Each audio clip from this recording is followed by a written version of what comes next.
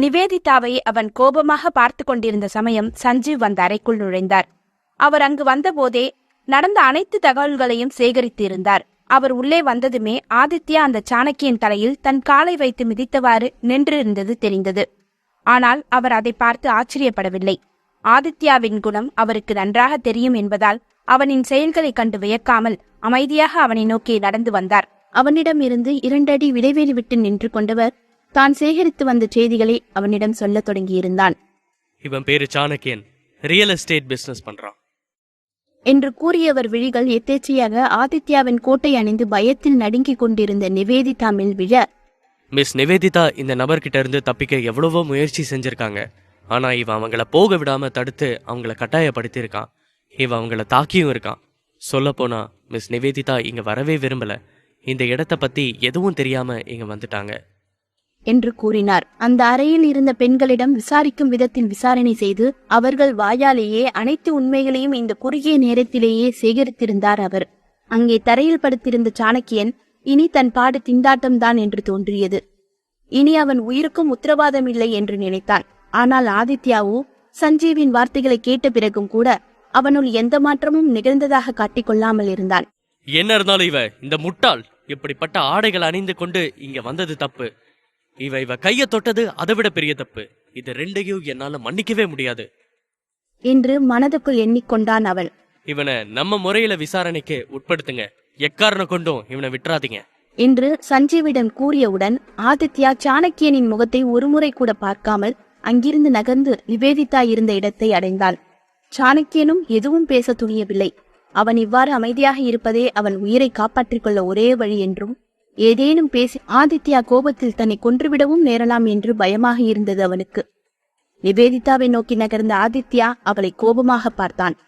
இன்னும் எதுக்கு இங்க இப்படியே உட்கார்ந்துட்டு இருக்க? உடனடியா எழுந்துரு என்றான் கடுமையாக.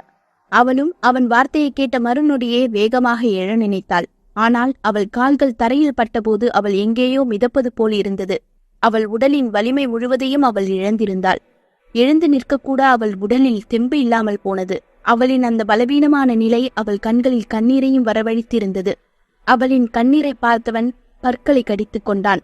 இப்ப என்ன ஆச்சு என்றான் எரிச்சலாக. என்னால எழுந்திருக்க முடியல. இங்க அந்த பெண்கள் எல்லாரும் என்னை பிடிச்சு இழுத்ததுல என்னுடைய உடல் மொத்த வலுவையும் இழந்த மாதிரி இருக்கு என்று சொல்லியவள் மேலும் அழத் தொடங்கினாள். ஆதித்யா அவள் மீது கடும் கோபத்தில் இருந்தான். அவன் இருந்த கோபத்துக்கு அவளை கொன்று விடுவான் போல் தோன்றியது அவளுக்கு. ஆனால் அவன் அவ்வாறு எதுவும் செய்யவில்லை. அவளை நோக்கி அவன் குனிய அவள் பயத்தில் தன் கண்களை இறுக மூடிக்கொண்டாள். அவன் அவளை தன் கையில் தூக்கிக் கொள்ள அவளின் மென்மையான கை அவன் மேல் பட்ட மறுகணமே அவன் மனதில் இருந்த குரோதம் முழுவதுமாக அவன் மனதை விட்டு நீங்கி இருந்தது. மேலும் நிவேதிதாவிடம் எதுவும் பேசாமல் கைகளில் தூக்கிக் கொண்டான். நிவேதிதா ஆச்சரியத்துடன் அவனையே பார்த்து கொண்டிருந்தாள். அதே சமயம் ஏதோ ஒன்றை சொல்ல வேண்டும் என்று வாயெடுத்தாள். ஆனால் அவனோ கடுமையாக அதை தடுத்தான். என் மனசுல இருக்கிற கோவம் இன்னும் குறையல. உனக்கு உன் உயிர் மேல ஆசை இருந்தா அமைதியா இருந்துக்கோ என்றான் மிகவும் கடுமையாக. அதை கேட்ட நிவேதிதா அடுத்த கணமே தன் வாயை இறுக மூடிக்கொண்டாள். அவன் இவ்வாறு கோபமாக ஒரு விஷயத்தை சொன்ன பிறகும் தான் அதை பொருட்படுத்தாமல் பேசினால் அதன் விளைவுகள் மோசமாக இருக்கும் என்று தோன்றியது அவளுக்கு. அறையை விட்டு வெளியே வந்ததும் யாருடைய பார்வையும் தன்மேல் பட்டுவிடக்கூடாது என்பதற்காக அவள் முகத்தை ஆதித்யாவின் கழுத்தில் புதைத்துக் கொண்டாள். ஆனால் ஆச்சரியம் என்னவென்றால் அவள் உள்ளே நுழைந்தபோது அவள் காதில் விழுந்த இரைச்சல் எதுவும் அப்பொழுது அவள் காதில் விழவில்லை. ஆச்சரியத்துடன் தன் விழிகளை மெதுவாக உயர்த்தி பார்த்தவள் வாயடைத்து போனாள். அந்த பாரில் ஒரு நபர் கூட இல்லை என்று உணர்ந்து கொண்டாள். அதை உறுதி செய்து கொள்ள அந்த அறையை சுற்றியும் தன் பார்வையை ஓடவிட்டாள். சற்று முன் மக்களின் சலசலப்பில் எதிரொலித்த மதுக்கடை தற்போது வெறிச்சோடி காணப்பட்டது. அவளுக்கு ஆச்சரியமாக இருந்தது. ஆனால் இன்னும் அவளின் மனதில் இருந்த பயம் குறைந்திருக்கவில்லை. அதற்கு ஒரே காரணம் ஆதித்யாவின் கோபம்தான். அவன் கோபத்தினால் தன் மதியை இழந்து என்னென்ன செய்வான் என்று அவள் உணர்ந்திருக்க அதை நினைத்து அவளுக்கு பயமாக இருந்தது. இன்று இந்த தவறுக்காக அவன் எந்தவிதமான தண்டனை கொடுப்பானோ என்று பதற்றமாக இருந்தது அவளுக்கு. ஆதித்யா எதை பற்றியும் கவலைப்படாமல் அவளை கொண்டு வந்து அவனின் காருக்குள் அவளை அமர வைத்தான். பின் அவனும் அவள் அருகில் அமர்ந்து கொண்டான். அவர்கள் இருவரும் காருக்குள் ஏறிக்கொண்டதும் டிரைவர் வேகமாக அந்த காரை அங்கிருந்து கிளப்பினார். அந்த மொத்த பயணமும் அமைதியாகவே சென்றது. இருவருமே எதுவும் பேசிக்கொள்ளவில்லை. சிறிது நேரத்தில் அவனின் வீட்டை அடைந்ததும் அவன் அவளை கையில் ஏந்தியவாறு அவளை உள்ளே அழைத்துச் சென்றான். அவளின் அறையின் கதவை திறந்து அவளை உள்ளே அழைத்துச் சென்றவன் அவர்கள் உள்ளே நுழைந்ததும் காலால் உதைத்து அந்த கதவை அவன் சாத்த பயங்கர சத்தத்துடன் சாத்திக் கொண்ட கதவை பார்த்து அவளின் பதற்றம் மேலும் அதிகரித்தது. கோபமாக உள்ளே நுழைந்த ஆதித்யா அவளை நேராக குளியல் அறைக்கு அழைத்துச் சென்று அங்கிருந்த ஏற்கனவே தண்ணீர் நிரப்பப்பட்ட குளியல் தொட்டிக்குள் அவளை வீசினான். தண்ணீரில் விழுந்த நிவேதிதா உறைந்து போனாள். அந்த அளவுக்கு தண்ணீர் மிகவும் குளிர்ச்சியாக இருந்தது. பொதுவாக அவளை அவ்வாறு அவன் குளியல் தொட்டிக்குள் போடும்போது அதில் மிதமான சூட்டில் இருக்கும் தண்ணீர் தான் இருக்கும். அது சற்று ஆறுதல் அளிப்பதாக இருக்கும். ஆனால் இன்று அந்த தண்ணீர் ஐஸ் தண்ணீர் போல் அவளை உறைய செய்தது. நான் ஒருத்தன் இவ்வளவு சொன்னதுக்கு அப்புறமும் இன்னொருத்தன் கூட டேட்டிங் போக உனக்கு எவ்வளவு தைரியம்? அதுவும் இவ்வளவு கேவலமான ஒரு ட்ரெஸ் போட்டுட்டு போயிருக்க. எல்லாமே உன் அம்மா சொல்லி நடந்திருக்கு. இவ்வளவையும் எனக்கு தெரியாம செய்யற அளவுக்கு உனக்கு தைரியம் எங்க இருந்து வந்துச்சு என்று மிகவும் கடினமான குரலில் அவன் கேட்க நிவேதிதா பீதியுடன் அவனை பார்த்தாள். அவளுக்கு என்ன பேசுவது என்று தெரியாமல் நடுக்கத்துடன் அமர்ந்திருந்தாள். என்னை எதிர்த்ததுக்கான விளைவுகள் என்னன்னு இப்பவே உங்களுக்கு புரிய வைக்கிறேன் என்று அவன் கூறியதை கேட்டு அவளுக்கு இப்போது குழப்பமாக இருந்தது. இவன் என்ன செய்ய போகிறான் என்று தெரியாமல் அவனையே விசித்திரமாக பார்த்து கொண்டிருந்தாள் அவள்.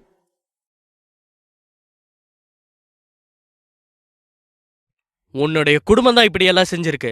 அவங்கதான் இந்த மாதிரி ஒரு ஆபத்தை உனக்கு ஏற்படுத்தினது. அவங்கதான். நிச்சயம் இதுக்கான தண்டனை அவங்களுக்கு கிடைக்கும். இந்த விஷயத்துல உன்னை ஹர்ட் பண்ண யாரையும் நான் சும்மா விட மாட்டேன். எவ்வளவு தைரியம் இருந்தா எனக்கு சொந்தமான ஒன்ன அவங்க இந்த அளவுக்கு கஷ்டப்படுத்தி இருப்பாங்க. அவங்க எல்லாருடைய செல்வத்தையும் பறிப்பேன். உன் குடும்பம், அந்த சாணக்கியன் எல்லாரையும் திவாலாக்கி அவங்கள நடு தெருவில் நிறுத்திடுவேன். இப்படி நான் செஞ்சு முடிக்கல என் பேரு ஆதித்யா இல்ல என்றான் கடும் கோபத்துடன். இந்த அனர்த்தம் எல்லாவற்றையும் செய்தது நிவேதிதாவின் தாய்தான். அவள்தான் எப்படிப்பட்ட ஒருவனுக்கு நிவேதிதாவை இரையாக்க நினைத்திருக்கிறாள் என்று தெரிந்ததிலிருந்து ஆதித்யாவின் கோபம் எல்லையை கடந்திருந்தது. எப்படி தன் நிவேதிதாவுக்கு இப்படி ஒரு கெடுதல் நினைத்தார்கள் என்று அந்த மொத்த குடும்பத்தின் மீதும் கடும் கோபத்துடன் இருந்தான் அவன். ஆதித்யா கோபமாக பேசியதை கேட்ட நிவேதிதா மேலும் அதிர்ந்தாள். தன் குடும்பத்தை நினைத்து மனம் வருந்தினாள். ப்ளீஸ் அப்படி எதுவும் செஞ்சிடாதீங்க. ப்ளீஸ், உங்களுக்கு என்ன கோபமா இருந்தாலும் அதை என் மேல காட்டுங்க. என்ன நீங்க என்ன வேணாலும் செஞ்சுக்கோங்க. ஆனா தயவு செஞ்சு என்னுடைய குடும்பத்தை மட்டும் எதுவும் செஞ்சிடாதீங்க. ப்ளீஸ், உங்களை கெஞ்சி கேட்டுக்கிறேன் என்று கேட்டவாறு கையெடுத்து அவனை கும்பிட்டாள். சீரியஸ்லி? நீ என்கிட்ட சொன்னா நான் அதை நிறைவேற்றுவேன்னு உனக்கு நினைப்பா? நீ சொன்னா அதை நான் அப்படியே கேட்டு நடக்கணுமா? அவங்களுக்காக என்கிட்ட பேரம் பேசுற அளவுக்கு உனக்கு தைரியம் வந்துருச்சா? அப்படி ஒரு நினைப்பு இருந்தா அதை குழி தோண்டி இப்பவே புதைச்சிடு என்றான் கண்கள் சிவக்க. இவ்வளவு நடந்ததற்கு பிறகும் அந்த குடும்பத்துக்காக அவனிடமே இவ்வாறு கெஞ்சுகிறாளே என்று அவள் மீது கோபமாக வந்தது அவனுக்கு. அவளை இப்படி ஒரு ஆபத்தில் சிக்க வைத்தவர்களுக்காக தன்னிடம் கெஞ்சு கொண்டு இருக்கிறாள் என்றால் அவள் எவ்வளவு பெரிய முட்டாளாக இருக்க வேண்டும் என்று தோன்றியது அவனுக்கு. இதை கேட்ட நிவேதிதா கலங்கி போனாள். அவள் கண்களில் கண்ணீர் பெருகியது. நீங்க என்ன செய்ய நினைச்சாலும் அதை எனக்கு செய்யுங்க. உங்களுக்கு எவ்வளவு கோபம் இருந்தாலும் அதை என் மேல காட்டுங்க. நான் அதுக்கு எந்த மறுப்பும் சொல்ல மாட்டேன். இதை தவிர்த்து என் குடும்பம் இதனால பாதிக்கப்பட்டுருச்சுன்னா நிச்சயம் நான் அதுக்கப்புறம் உயிரோடு இருக்க மாட்டேன். நான் சூசைட் பண்ணிப்பேன் என்று அவள் கூறியதை கேட்ட ஆதித்யா சத்தமாக சிரித்தான். ஆனால் அடுத்த நொடியே அவன் முகம் கடுமையாக மாறியது. கண்கள் தீப்பிழம்பு போல் சிவந்திருந்தன. அவன் இருந்த கோபத்தில் அவன் கைகளாலேயே அவளை கொலை செய்ய வேண்டும் என்ற அளவுக்கு அவனுக்கு கோபம் வந்தது. பற்களை கடித்துக்கொண்டு அவளின் முகத்தை பார்த்தான். நீ என்னோட கண்டிஷன்ஸை மறந்துட்டியா? உன் உயிர் எனக்கு சொந்தமானதுன்னு ஒவ்வொரு வாட்டியும் உனக்கு நான் ஞாபகப்படுத்திட்டே இருக்கணுமா? உன்னுடைய இந்த உடல் எனக்கு சொந்தமானது. உன்னுடைய உயிரும் அதே போலதான். உன்னோட சம்பந்தப்பட்ட எல்லாமே எனக்குரியது. நீ சாகணும்னு நான் நினைச்சா நீயே விரும்பினாலும் உன்னால அதுக்கப்புறம் வாழ முடியாது. அதே போல நீ உயிரோட இருக்கணும்னு நான் முடிவு பண்ணும்போது நீயே சாக நினைச்சாலும் அது நடக்காது என்று அவன் கூறியதை கேட்டு அவள் விதியை நினைத்து மனதுக்குள் சிரித்துக் கொண்டாள். இப்படி எதற்கும் பிரயோஜனம் இல்லாத வாழ்க்கையை எதற்காக இந்த கடவுள் கொடுத்திருக்கிறார் என்று தோன்றியது அவளுக்கு. பிறந்ததிலிருந்து அவள் மற்றவர்கள் சொல்வதை கேட்டு அவர்கள் விருப்பப்படிதான் அவளின் வாழ்க்கையை வாழ்ந்தாள். இப்போதும் அதேதான் மீண்டும் அவள் வாழ்வில் நடந்திருந்தது. அவள் பெற்றோருக்கு அடுத்து இன்னொருவன் அந்த பொறுப்பை எடுத்துக்கொண்டான் என்று தோன்றியது அவளுக்கு. அதை நினைத்து அவள் கண்களில் இருந்து கண்ணீர் பெருகியது. நிவேதிதாவையே பார்த்து கொண்டிருந்த ஆதித்யா அவள் முகத்தில் மாறி மாறி வந்து கொண்டிருந்த உணர்வுகளை அவன் கவனித்துக் கொண்டிருந்தான். அவளின் மனதில் என்ன நினைக்கிறாள் என்று அவனுக்கு தெரியவில்லை. ஆனால் அவன் உள்ளம் அவளுக்காக உருகத் தொடங்கியிருந்தது. ஆனால் அந்த மாதிரியான உணர்வு தனக்கு நல்லதில்லை என்று உணர்ந்தவன் அடுத்த நிமிடமே தன் மனதை மாற்றிக்கொண்டு அவளை தன் புறமாக இழுத்தான். நீ சொன்னதெல்லாம் சரிதான். எனக்கு உன்னுடைய குடும்பம் தேவையில்ல. எனக்கு நீ தான் வேணும். அதுக்கு முதல்ல நீ உடல்ல இருக்கிற எல்லா அசுத்தங்களையும் சுத்தம் செய்யணும். அந்த நபர் உன்னை தொட்ட சின்ன தடம் கூட உன் உடல்ல இருக்கக்கூடாது. அந்த அளவுக்கு நீ நல்லா உன்னை சுத்தப்படுத்திக்கோ என்று கூறிவிட்டு அவளை திரும்பி கூட பார்க்காமல் வேகமாக அந்த அறையில் இருந்து வெளியேறினான் அவன். அவன் சென்ற பிறகு குளியலறை தொட்டியில் அந்த குளிர்ந்த நீரில் அப்படியே அமர்ந்திருந்தாள் நிவேதிதா. அவள் கண்ணில் இருந்து கண்ணீர் வடிந்து கொண்டேதான் இருந்தது. அவள் மனதில் இருந்த பாரம் அவள் மனதை வதைத்துக் கொண்டே இருந்தது. இதயம் படபடத்தது. மாலை அவளின் தாயே அவளை அப்படி ஒரு இடத்திற்கு வற்புறுத்தி அனுப்பி வைத்த காட்சி மீண்டும் மீண்டும் அவள் மனதில் வந்து கொண்டே இருந்தது. நிச்சயம் அவளின் தாய் அவளை அவனை சந்தித்து பேசி வர அழைக்கவில்லை. அவளை விலைபேசி விற்பனை செய்யவே அனுப்பியிருக்கிறாள் என்று அவளுக்கு இப்பொழுது நன்றாக புரிந்திருந்தது. இப்படியும் ஒரு தாய் இந்த உலகத்தில் இருப்பாளா என்று தோன்றியது. அவளை வைத்து பணம் சம்பாதிக்க நினைத்திருக்கிறாள். ஒரு நாள் கூட அவள் மீது பாசமாக இருந்ததில்லை. அவளை விட வயதான ஒருவனை தான் பெற்ற மகளுக்கு திருமணம் செய்து வைக்க எந்த தாய் நினைப்பாள் என்று எண்ணினாள். ஒரு பொம்மை போல் தன் மகளை விற்க நினைத்த தாய் இவள் ஒருத்தியாக தான் இருக்க முடியும் என்று தோன்றியது. சிறுவயதிலிருந்தே முறைகேடாக பிறந்த பெண் என்று கூறி அவளை சுற்றியிருந்த அனைவரும் அவளை வெறுத்து நிந்தனை செய்து கேலி பேசி அவளை நோகடித்திருக்கிறார்கள். அந்த நிலையில் எல்லாம் என்ன நடந்தாலும் தனக்காக தன் தாயையாவது துணையாக கடவுள் கொடுத்திருக்கிறானே என்று நினைத்துதான் அவள் அவ்வளவு காலமும் அனைத்தையும் பொறுத்து கொண்டிருந்தாள். ஆனால் இன்று அந்த தாயின் பாசமே போய் அவள் ஒரு நாள் கூட நிவேதிதாவை தன் மகளாக நினைத்தது இல்லை என்றும் அவளை வளர்த்ததுக்கு எல்லாம் இன்று விலை பேசி அவளையே விற்க துணிந்திருக்கிறாள் என்றும் யோசிக்க யோசிக்க அவளின் மனம் மேலும் உடைந்து போனது. இருந்தாலும் மிகவும் இலகிய மனம் கொண்ட நிவேதிதாவால் இவ்வளவு காலம் அவளை வளர்த்த அந்த குடும்பத்துக்கு தன்னால் ஒரு தீங்கு நேர்வதை பார்த்து கொண்டு அமைதியாக இருக்க முடியவில்லை. அவர்கள் திவாலாகி நடுத்தெருவுக்கு வருவதை அவளால் கற்பனை செய்தும் பார்க்க முடியவில்லை. அதனாலேயே தன் உயிரையும் பணயம் வைத்து ஆதித்யாவிடம் கெஞ்சி கேட்டுக்கொண்டாள். அவர்களை காப்பாற்ற வேண்டியது அவளது கடமையாக நினைத்து அதை நிறைவேற்றி இருந்தாள். மறுபுறம் அந்த சாணக்கியனை ஒரு வழி செய்துவிட்டு அவனுக்கான தண்டனையை கொடுத்து விட்டோம் என்ற மனநிறைவுடன் ஆதித்யாவின் வீட்டுக்கு வந்து சேர்ந்தார் சஞ்சீவ். அவர் உள்ளே வந்தபோது சோஃபி அவருக்காக வாயிலில் காத்திருந்தாள். அவள் முகத்தில் பதற்றம் தெளிவாக தெரிந்தது. மிஸ்டர் மேகரா சார் அவர் ரூம்குள்ள போய் கதவை சாத்திக்கிட்டாரு. கிட்டத்தட்ட 1 மணி நேரம் ஆச்சு. இன்னும் அவர் வெளியே வரல. உள்ள போகும்போது ரொம்பவும் கோவமா இருந்தார். என்ன நடந்துச்சுன்னு தெரியல என்றாள் பீதியுடன். இதை கேட்ட சஞ்சீவ் யோசனையில் ஆழ்ந்தார். ஆதித்யா அளவு கடந்த கோபத்துடன் இருந்தால் அவனை யாராலும் கட்டுப்படுத்த முடியாது என்று சஞ்சீவுக்கு நன்றாக தெரிந்திருந்தது. மிஸ் நிவேதிதா எங்க? சோஃபியிடம் அவர் வினவ, சார் தான் மேடம் அவங்க ரூம்ல விட்டுட்டு அவர் வேற ஒரு ரூம்குள்ள போய் பூட்டிக்கிட்டார். எதனால என்ன நடந்துச்சுன்னு எங்களுக்கு தெரியாது என்றாள். எல்லாவற்றையும் கேட்டுவிட்டு சஞ்சீவ் வேகமாக ஆதித்யா தன்னை பூட்டிக் கொண்டிருந்த அறைக்கு சென்றார். அவனின் அறையின் வாயிலை அடைந்த போதே அறைக்குள் இருந்து அவன் யாரையோ வேகமாக குத்திக் கொண்டிருக்கும் சத்தம் நன்றாக அவர் செவிகளில் விழுந்தது. கண்கள் இரத்த சிவப்பாக மாறியிருக்க கொலைவெறியுடன் அவன் முன் இருந்த மணல் மூட்டையை தன் இரு கைகளால் குத்திக் கொண்டிருந்தான் ஆதித்யா. அவன் நெற்றியிலிருந்து வியர்வை வடிந்து கொண்டிருந்தது.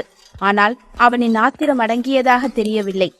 ஆதித்யாவின் இந்த பழக்கத்தை சஞ்சீவ் நன்கு அறிந்திருந்தார்.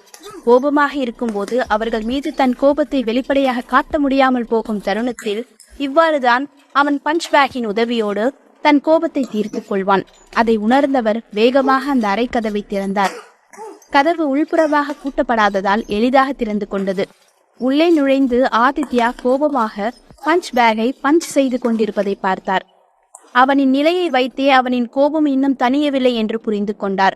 ஏற்கனவே 1 மணி நேரத்துக்கு மேல் அவன் பஞ்ச் செய்தும் அவன் கோபம் சிறிதும் குறையாதது அவருக்கு வியப்பாக இருந்தது.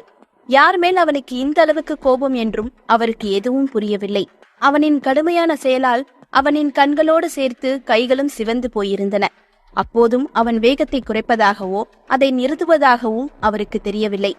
ஆதித்யா மனதில் ஓடிக்கொண்டிருந்தது அந்த ஒரே ஒரு விஷயம்தான். இன்னும் சில நிமிடங்கள் அவன் தாமதித்திருந்திருந்தால் நிவேதிதாவுக்கு என்ன வேணுமானாலும் நிகழ்ந்திருக்கலாம் என்ற எண்ணம் மட்டுமே அவன் மனதில் மீண்டும் மீண்டும் ஓடிக்கொண்டிருந்தது. அவளை தொட நினைத்தவனின் கைகளில் ஒரு விரல் கூட இல்லாமல் தன் கையாலேயே அதை பீத்து எறிய வேண்டும் என்ற அளவுக்கு கோபம் அவன் மனதில் தீயாக எரிந்து கொண்டிருந்தது. சஞ்சீவ் அந்த அறைக்குள் நுழைந்ததையெல்லாம் அவன் பொருட்படுத்தவில்லை. அவன் தொடர்ந்து அந்த மூட்டையை குத்திக் கொண்டுதான் இருந்தான். அப்போதுதான் திடீரென ஏதோ ஒன்று நினைவுக்கு வந்தது. அவன் அப்படியே அந்த பஞ்ச் செய்வதை நிறுத்திவிட்டு வேகமாக அந்த அறையில் இருந்து வெளியே ஓடினான். சஞ்சீவ் அவனின் மாற்றங்கள் அனைத்தையும் பார்த்து வியந்து கொண்டிருந்தார். அவன் மனதில் என்ன நினைக்கிறான் என்று கூட அவரால் யூகிக்க முடியாமல் போயிருந்தது. ஆதித்யா வேகமாக அந்த அறையில் இருந்து வெளியேறி நிவேதிதாவை அவன் விட்டுச் சென்ற அறைக்குள் நுழைந்தான். அந்த அறையில் இருந்த படுக்கையை பார்த்தான். அங்கு அவள் இல்லை. அது அவன் மனதில் திகிலை அதிகரித்திருந்தது. அப்போ நிவேதிதா என்று எண்ணியவன் நிமிர்ந்து கடிகாரத்தை பார்த்தான். கிட்டத்தட்ட 2 மணி நேரம் கடந்திருந்தது. இவ்வளவு நேரம் உள்ளதா இருக்காளா என்று எண்ணி அதிர்ந்தவன் வேகமாக குளியல் அறைக்குள் நுழைந்தான். அங்கு அவன் கண்ட காட்சி அவனை சிலையாக நிற்க வைத்தது. நிவேதிதா அவன் விட்டு சென்ற அதே இடத்தில்தான் இருந்தாள். அந்த குளியல் தொட்டியில் தண்ணீர் நிறைந்து கீழே வடிந்து கொண்டிருந்தது. நிவேதிதாவின் விழிகள் மூடியிருந்தன. அவளின் முகம் வெளிரி போயிருந்தது. அவளது உதடுகள் வறண்டு போய் அவன் மனதை பதற வைத்தது. அத்துடன் அவள் உடலில் எந்த ஒரு அசைவும் தெரியவில்லை. இவை அனைத்தையும் பார்த்து அதிர்ந்து போனவன் அடுத்து ஒரு நொடி கூட தாமதிக்காமல் அவளிடம் ஓடிச் சென்று அவளை அந்த தொட்டியிலிருந்து வெளியே தூக்கினான்.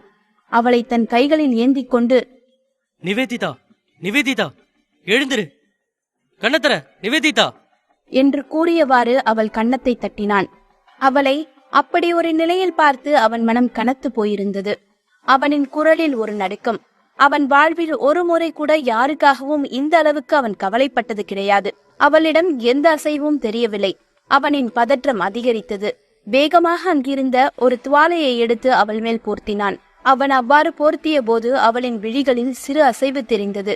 ஆதித்யா இமைக்காமல் அவளையே பார்த்து கொண்டிருந்தான். இவளே வருத்தி கொள்ள இவளுக்கு யார் உரிமை கொடுத்தது? எவ்வளவு தைரியம் என்று மனதுக்குள் அவளை திட்டிக் கொண்டான்.